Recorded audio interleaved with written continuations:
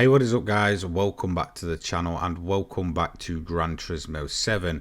So as usual, each week we now get weekly challenge races, and I'm going to continue on this series for week number 3, which is going to take us into once again a different set of rewards over a different set of events. Once again, no special events, so don't be expecting anything kind of out of the blue or completely different this time around. It's all pre-existing events. So let's get straight into it and have a look at the overview of what to expect from November week 3. So we have the first, which again, all the left hand side feels a bit like an introduction before getting into some of the sort of longer events as we kind of go through here. So we've got the Japanese FF Challenge 450 to start us off, which is a 2-lap event at Tsukuba. And then obviously next to that, we have the American Sunday Cup 600, again kind of keeping to the sort of grassroots theme of the first two events, and features a cool little Easter egg. Then we have the World Rally Challenge, so the third week in a row that we've got a snow race, and this is all of the new snow race events now covered in the weeklies. Then we've got the Schwarzwald League, which is going to be taking place at Barcelona on the GP layout. And then finally we have the World Touring Car 900, one of the later events from update 1.40.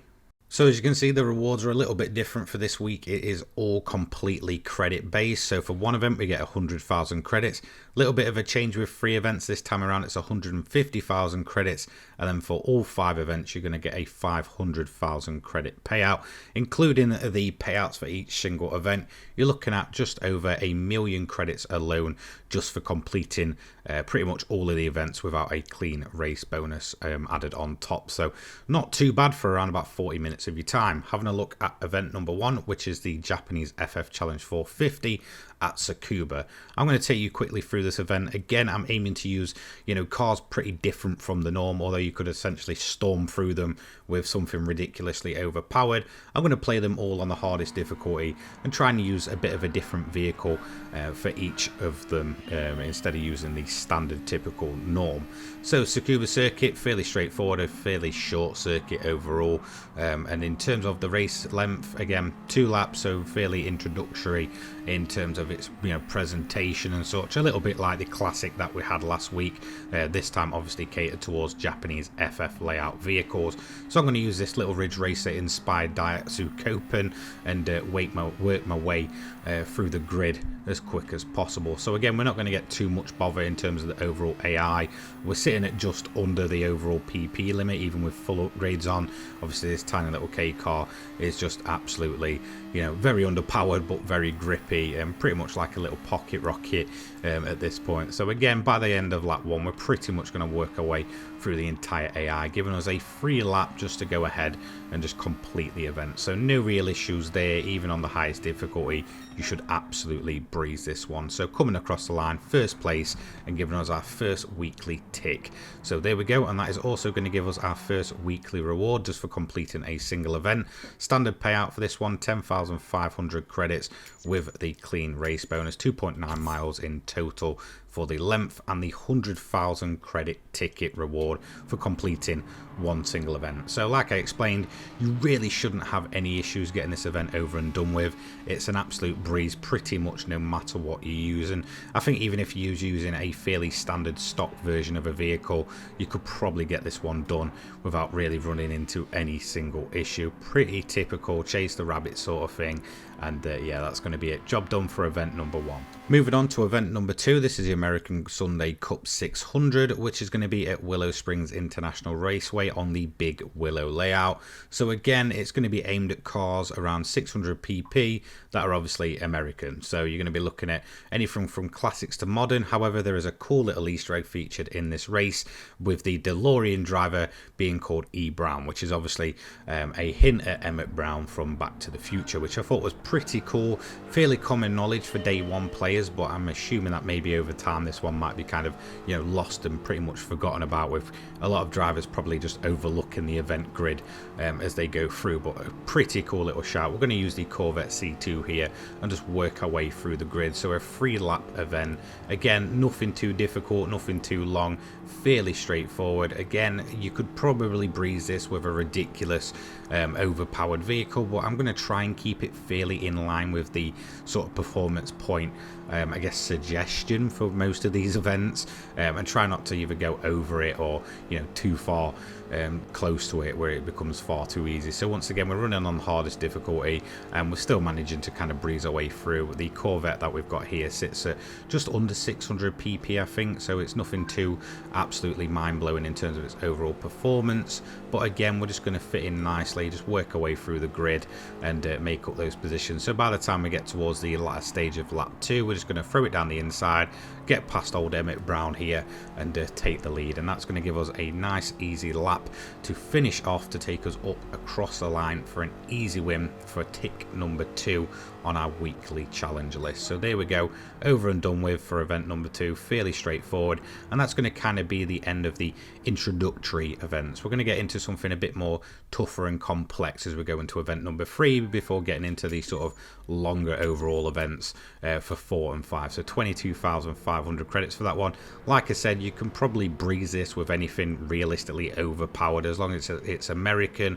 I'm pretty sure the 600 pp is a suggestion limit for this one, and not set in stone like it is for some of these certain, you know, I guess more difficult in quotation mark events later on in the game. So again, fairly straightforward. You shouldn't have any problems at all getting this one done and dusted. So let's move on to the midway point of the weekly challenge races. As you can see, we have the World Rally Challenge this time, and this is going to be all 3 of the snow events coming to the weekly challenges for each week. So we have the pickup truck race, then we have the Japanese all-wheel drive, and now finally we have the World Rally Challenge. So that'll probably be the end of the snow events. This is obviously the longest one of the bunch that came alongside update 1.40.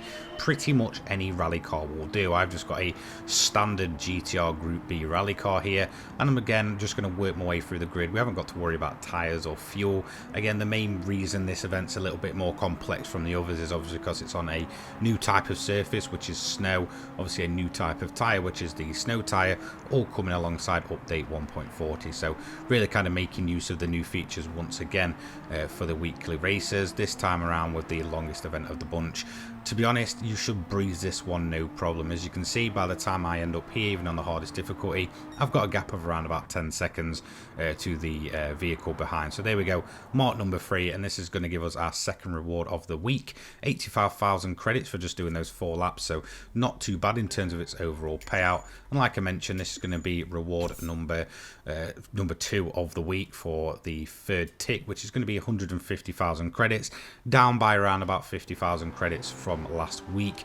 But obviously that's because everything's aimed towards just pure credit bonuses this week in terms of the rewards. So in terms of the event itself, like I said, I just used a standard GTR Group B. I don't think anyone's going to have too many issues here. I think it's definitely going to be the surface, if anything, that's going to catch you out, especially towards the sort of end of the track layout itself, where it gets quite bumpy and it can really sort of upset the overall balance of the car. But overall, I'd say a fairly easy event. Now let's move on to something probably a little bit more difficult, but definitely one that you can perhaps abuse a little bit easier.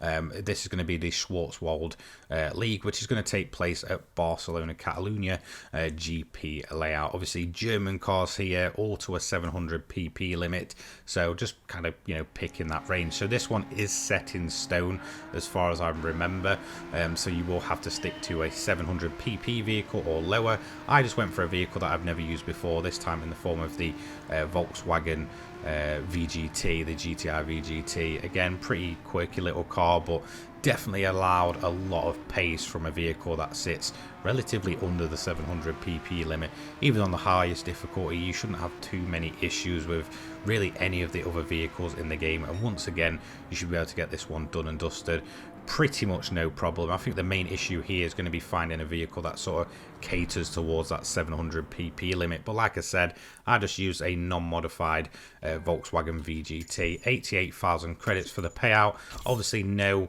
challenge reward for this one, but that is going to give us our 4th tick of the week and move us one step closer to that 5th and final tick and our 3rd and final reward overall. So like I said, the main thing is just finding a car that suits you around the 700 pp limit. That's going to be the main kind of barrier to this one. Now let's move on to the final event of the bunch, which is the World Touring Car 900. Once again, one of the latter events for the game with update 1.40, 10-lap race around Suzuka circuit. So the 900 limit is set in stone for this one once again, so that's going to kind of be a barrier to entry, but it's a very abusable limit. You can really use some quite ridiculous cars compared to your competitors.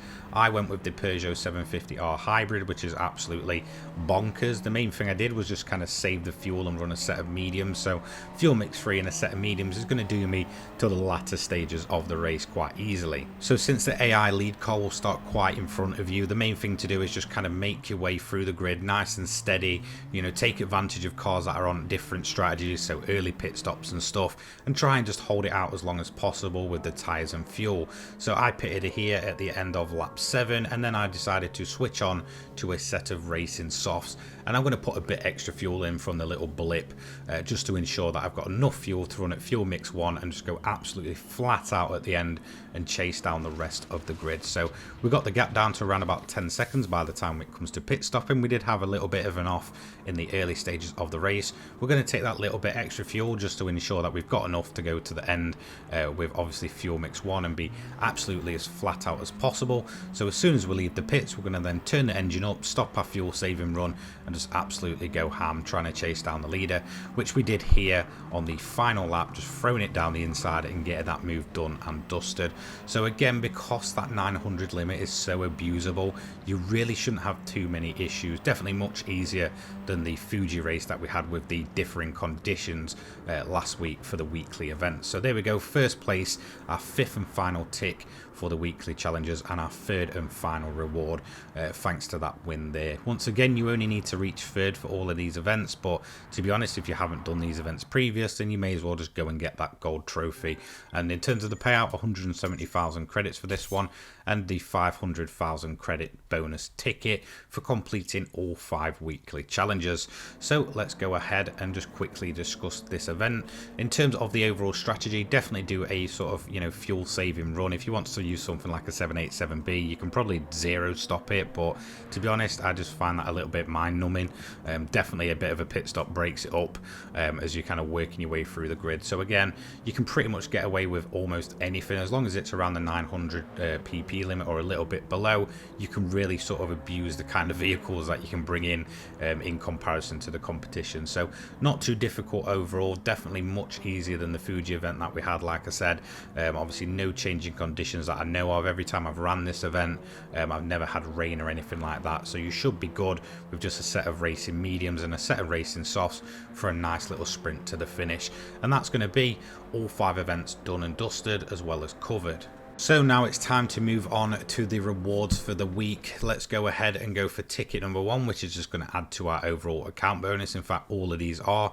So 100,000 credits for just completing a single event, a nice little boost there for a 2-lap sprint essentially.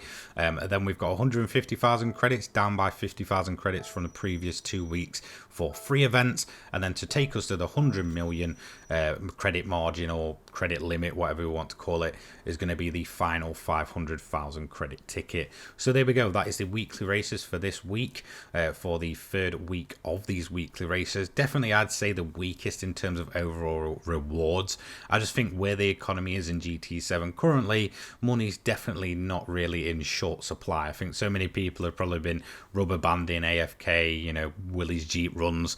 That money isn't really too much of an issue. So all I did before I went into these was spend around about 2 million credits, and then obviously by the time I completed all of these, I managed to get that account balance back up to 100 million credits. So there we go, I'm at my max. I'm ready to just buy up the final few cars I've got to go and get. So again, not too bad, but money's certainly not in short supply. That's going to be it from me today, and I'll see you in the next one. Take care guys, peace.